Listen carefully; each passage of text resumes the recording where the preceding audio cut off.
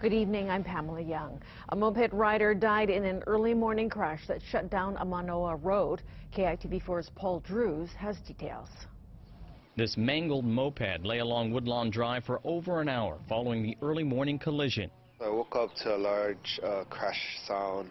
I looked out the window and then there was just a guy sprawled out on the road with his moped down and parts everywhere.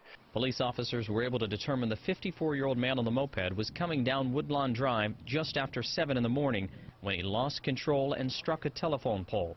Police say there were no signs of alcohol or that the rider tried to brake before the collision. No skid marks before the pole, just marks on the road where the man and the moped ended up. We called the ambulance, but he had had trauma already, and he didn't look like he was doing too good, and so we just basically tried to get the cars to stop because cars were still trying to go up and down when, with the accident scene right here. After neighbors rushed in to help, police arrived and closed the road. Then investigators spent about 2 hours looking for clues into this crash.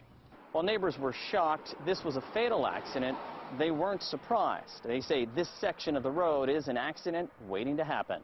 Cars usually speed up and down, and there's this bend right over here that's, I think, difficult for drivers sometimes. Especially at nighttime, people are just whipping it down, up and down this road. The moped rider was not wearing a helmet. He was taken to the hospital in extremely critical condition, but did not survive his injuries.